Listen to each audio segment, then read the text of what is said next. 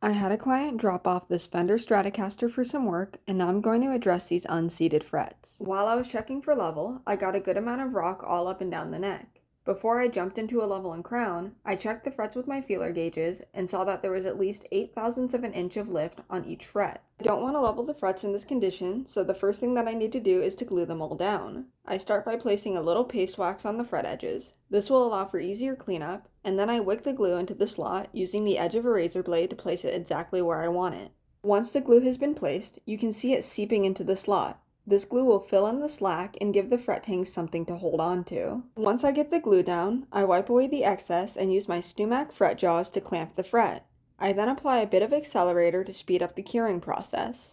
If you look closely, you can see the tiny gap between the bottom of the fret and the fingerboard close up as I apply pressure with the jaws. That gap also stays closed once I remove the jaws.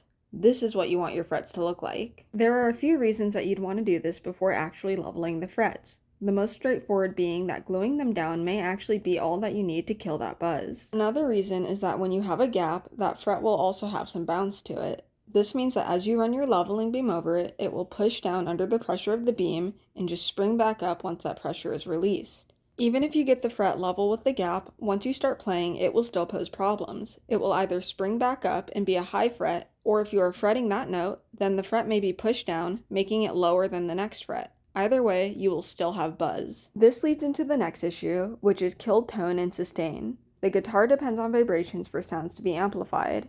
If there is a gap between the metal fret and the wood fingerboard, then that vibration could be significantly lessened and not fully travel through the guitar. The vibrations may also not hold for as long, since the transference of vibration will be inhibited by the gap.